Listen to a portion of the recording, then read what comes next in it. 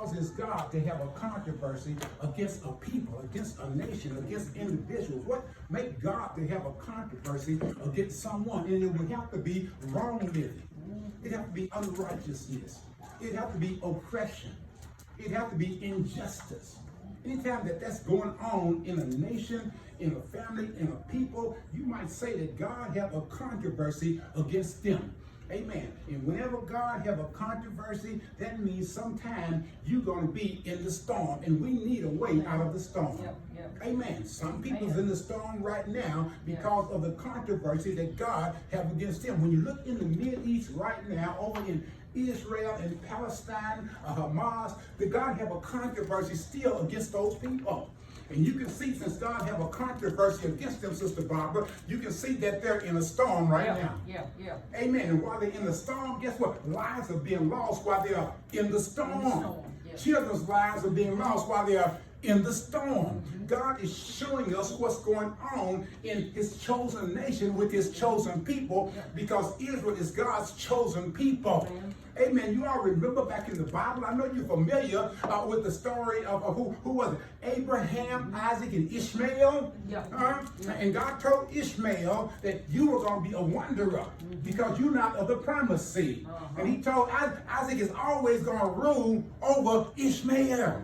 That's the nation of Israel and the nation of Palestine. And people have a controversy right now, the way that Israel and Palestine is treating each other. Because they're not treating each other like they are basically relatives and some kin to one another. When you look in the Old Testament, when Israel came into the promised land, they were under what they call the United Kingdom. The United Kingdom had only one king because they were united. God had a controversy against them then, tried to tell them to turn back to God, but they wouldn't turn back to God, so God allowed them to go into captivity, didn't he?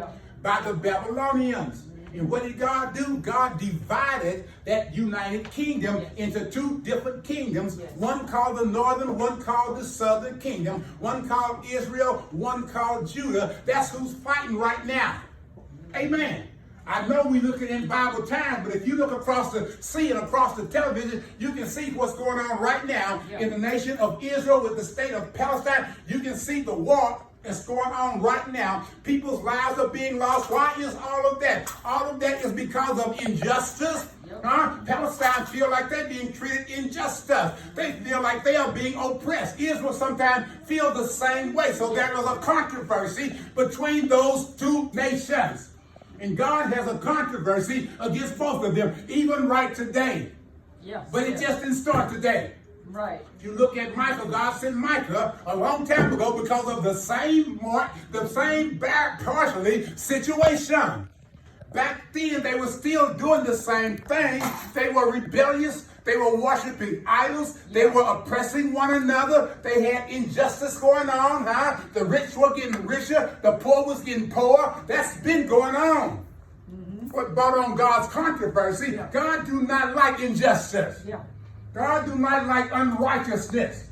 And anytime a person is living like that in their life, God have a controversy against them. God is going to take some action against them. But before he take that action, he's going to send someone to warn you. That was a purpose of the prophets that God used in the Old Testament. Whether they were major prophets or minor prophets, they were spokesmen of God. They said what thus said the Lord. And God saw a nation going the wrong way. He will send a prophet to that nation to try to turn that nation around, because God loved those people. He don't want to punish them, but he will if he have to. Amen. Same way with us in this life, in this world today. Amen. God sees something going on. Mark, he'll send us a warning, Might not be by the preacher, might be by a friend or relative, might be the TV, God will send you a warning before he let disaster strike, because he knows that he have a controversy against you, but he loves you, don't want to punish you, but he will. But first, he will try and send a warning. Yes, he will. Come on, somebody.